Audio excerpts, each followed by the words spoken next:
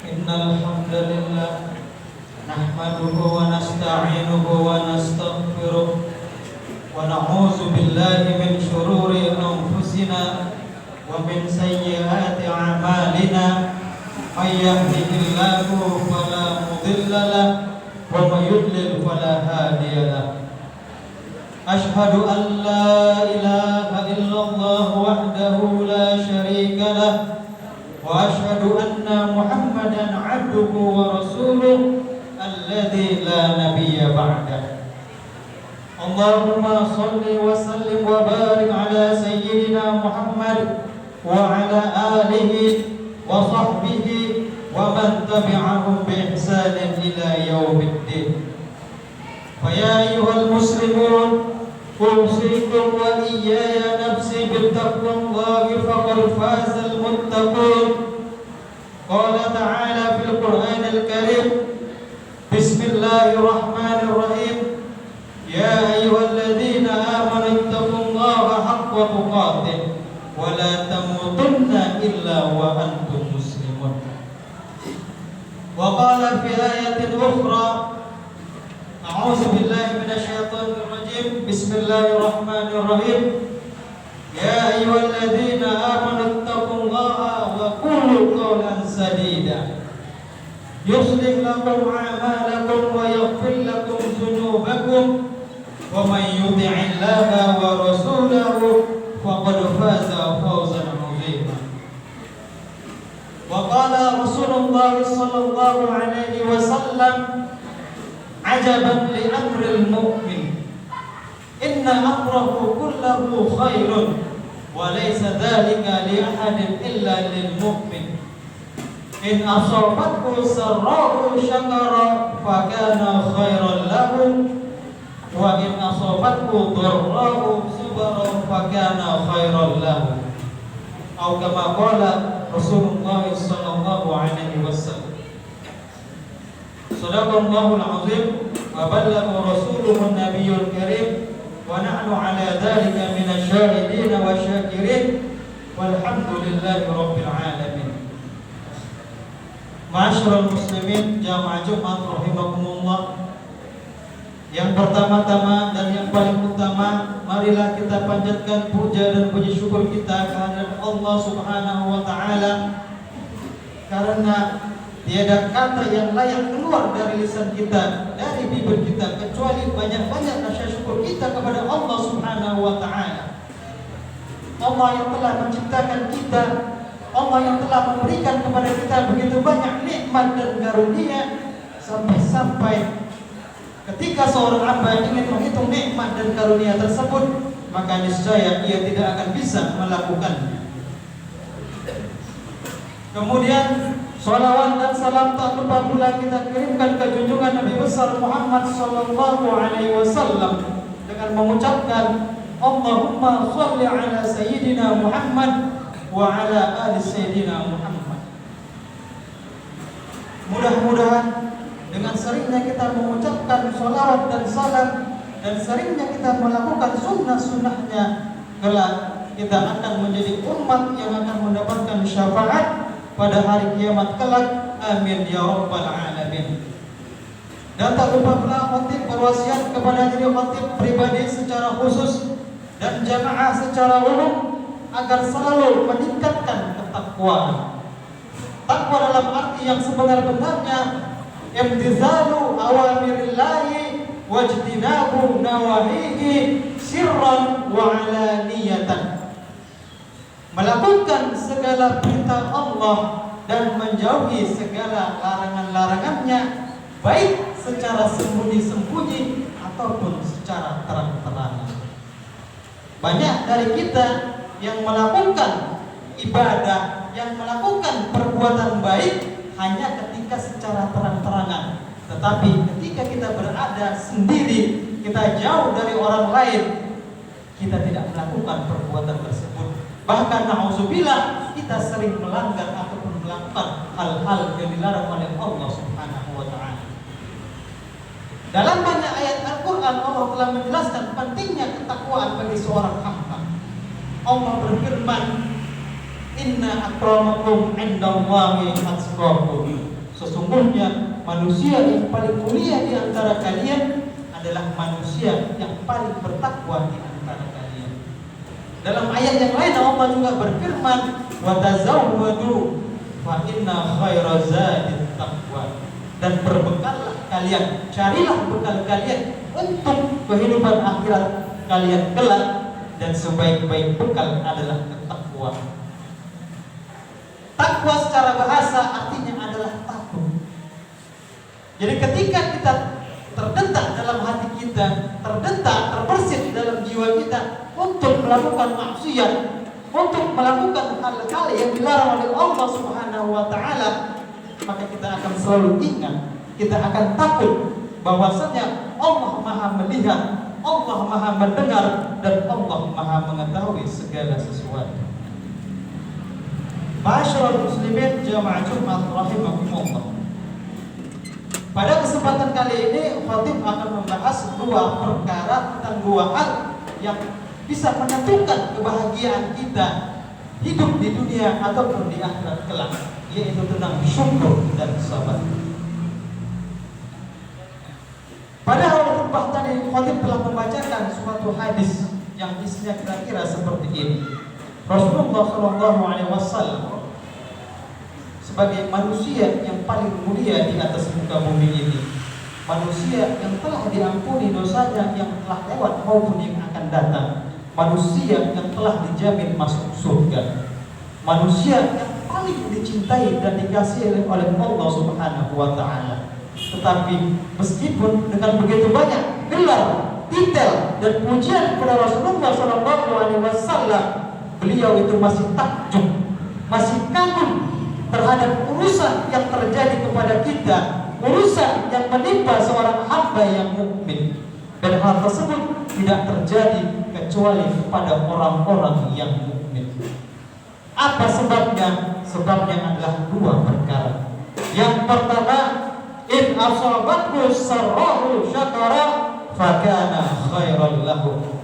Seorang mukmin ketika dia mendapatkan nikmat, mendapatkan karunia, mendapatkan hal-hal yang disenanginya, sekecil apapun hal tersebut, kemudian dia bersyukur, dia mengucapkan alhamdulillah, maka hal tersebut merupakan ibadah, merupakan kebaikan bagi dirinya.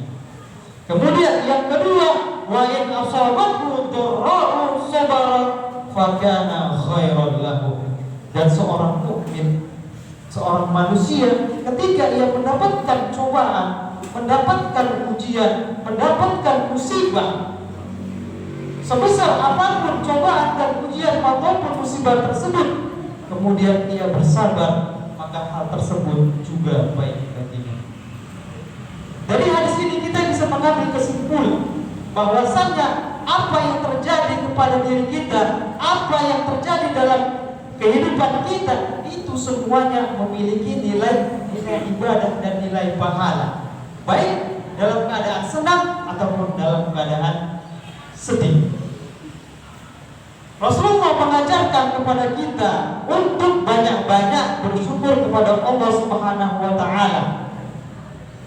Beliau Rasulullah mengajarkan kepada kita untuk bersyukur dengan cara yang paling mudah dan yang paling murah, yaitu dengan mengucapkan lafaz alhamdulillah, yang artinya segala puji bagi Allah.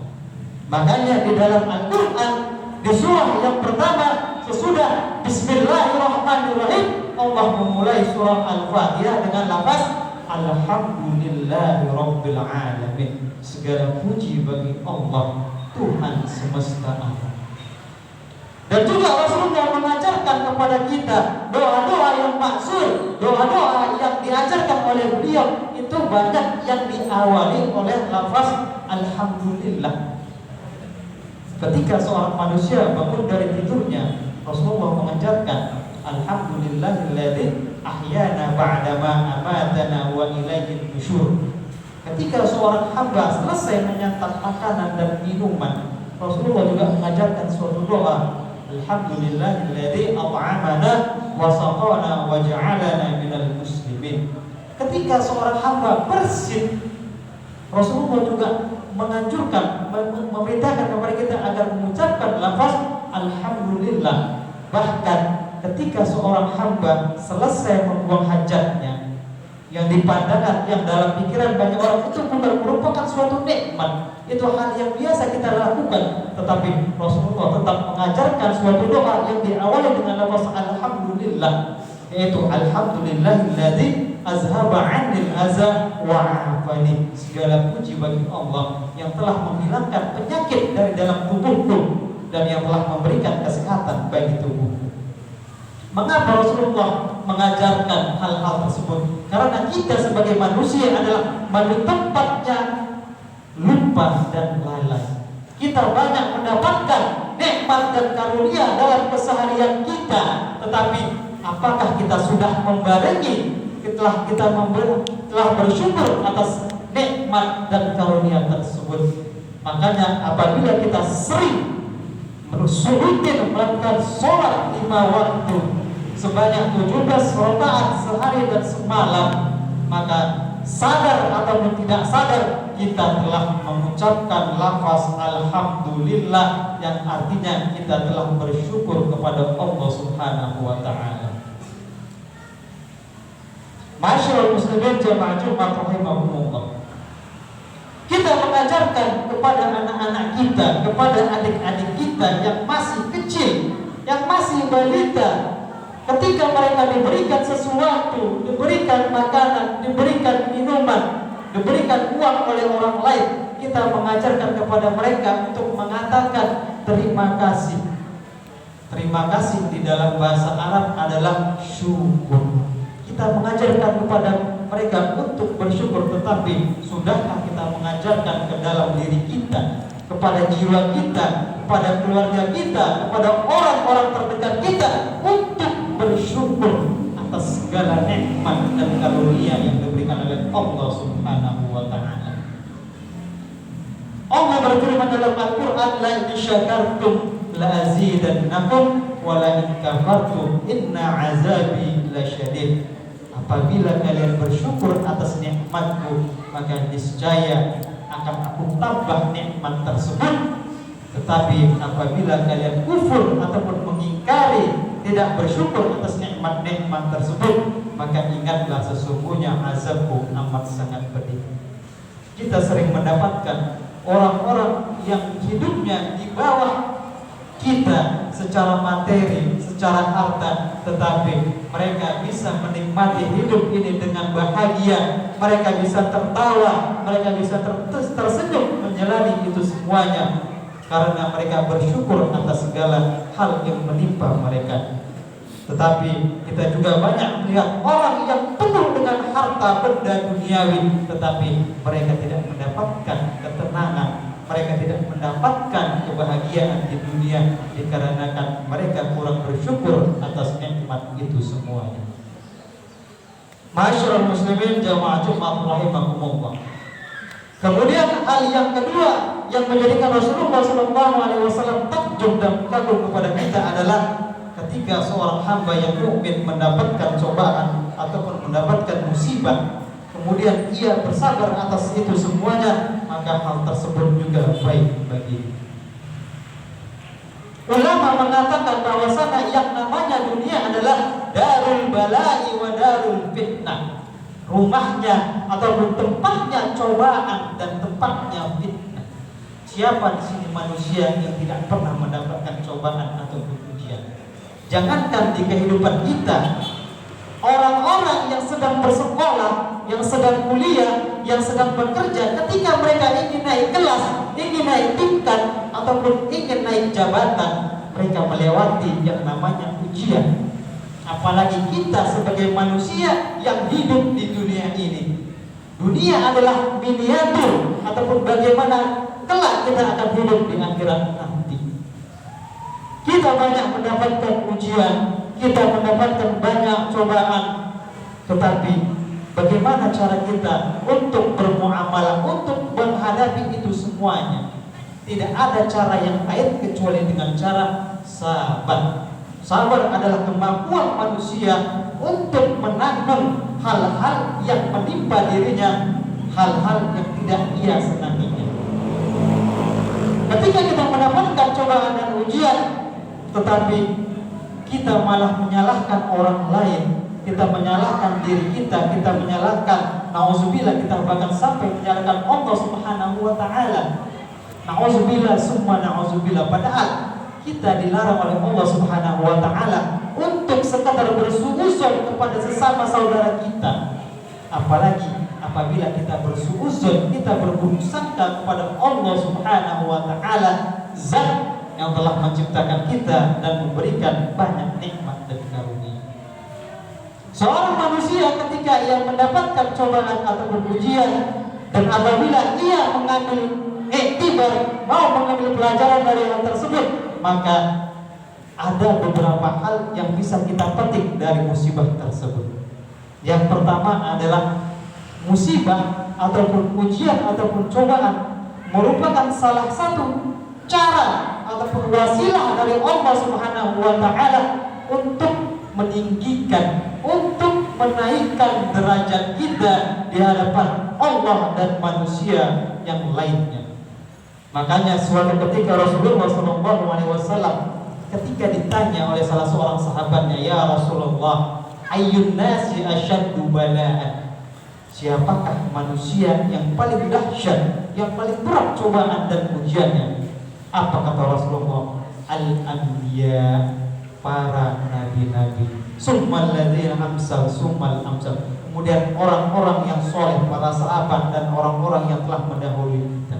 Itulah manusia yang paling berat cobaan dan ujiannya. Apa yang kita hadapi saat ini belum ada apa-apanya apabila dibandingkan oleh apa yang dihadapi oleh para rasul-rasul dan nabi-nabi yang terdahulu. Kemudian yang kedua, apabila kita mengambil iktibar dari suatu ujian ataupun musibah, itu merupakan salah satu bentuk kasih sayang Allah Subhanahu wa Ta'ala kepada kita. Mengapa kita mengatakan suatu bentuk kasih sayang? Kita sebagai manusia dalam satu titik, dalam satu waktu pasti pernah yang namanya lalai dari Allah Subhanahu wa Ta'ala. Kita jauh dari Allah Subhanahu wa Ta'ala.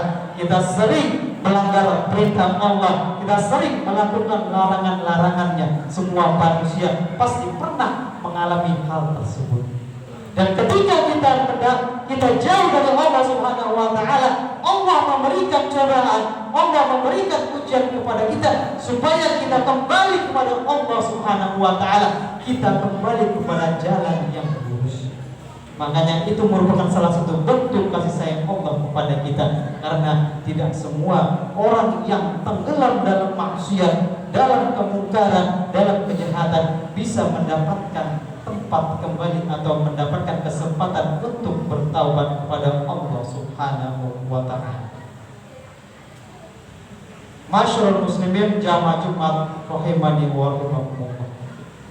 Demikianlah khutbah yang singkat ini. Mudah-mudahan apa yang disampaikan oleh khatib bermanfaat bagi diri khatib pribadi dan jamaah secara umum, dan mudah-mudahan kita menjadi hamba yang selalu bersyukur atas semua nikmat Allah dan bersabar atas segala cobaan dan ujian dalam kehidupan ini. Amin ya rabbal alamin. Barakallahu li wa lakum fil Qur'anil azim wa nafa'ani wa iyyakum bima fihi minal ayati wa zikril hakim. Wa taqabbala minni wa minkum tilawatahu fastaghfiruhu innahu huwal ghafurur rahim.